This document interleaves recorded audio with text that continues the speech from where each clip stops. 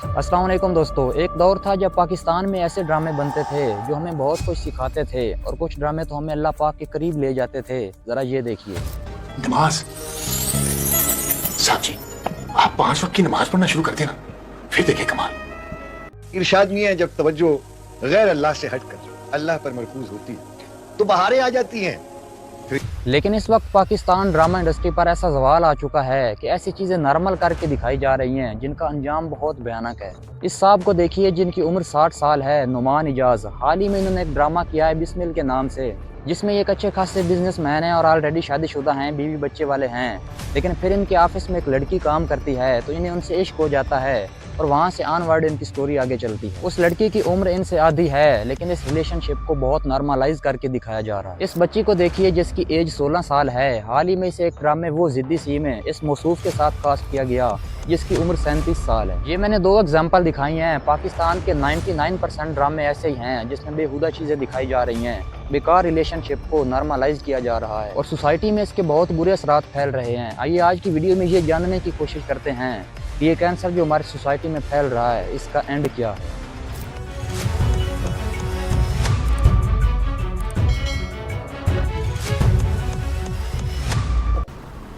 तलाक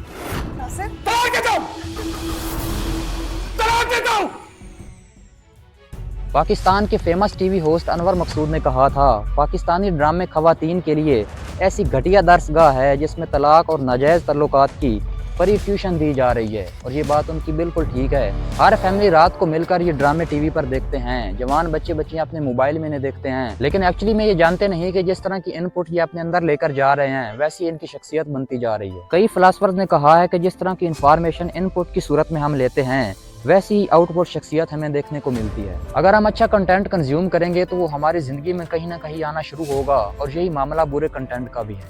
अंग्रेजी का एक फेमस कोट है, bad influence will always have you making the wrong choices in your life.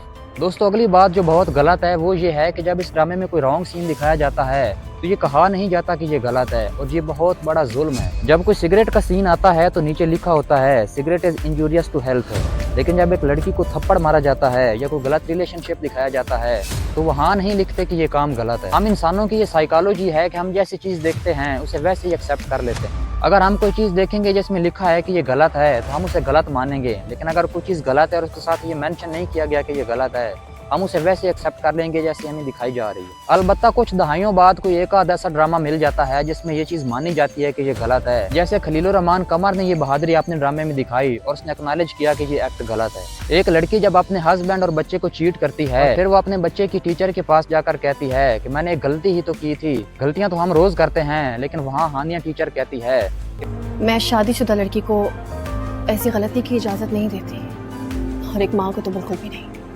अब सवाल आता है कि ऐसे ड्रामे जो बेहुदा चीज़ें दिखा रहे हैं क्या इनको बंद कर देना चाहिए? तो आप सब जानते हैं कि ये पॉसिबल नहीं है किसी के लिए भी, क्योंकि ये इंडस्ट्री बहुत बड़ी बन चुकी है। बहुत से डायरेक्टर से जब पूछा गया कि आप बार बार इस तरह की सीन क्रिएट क्यों करते हैं जो मुआशरे में एक्सेप्टेबल नहीं है, तो उन्होंने बताया कि लोग इसको पसंद करते हैं इसलिए हम ये बनाते हैं। तो ड्रामा इंडस्ट्री चलती है ऑडियंस की पसंद पे। अगर आप ऐसे ड्रामे नहीं देखेंगे तो वो नहीं बनाएंगे। यहाँ पे पॉजिटिव इम्पैक्ट लाने वाले ड्रामे भी बनाए गए हैं, अगर आप देखना भी चाहें तो कभी उनको देख लिया करें।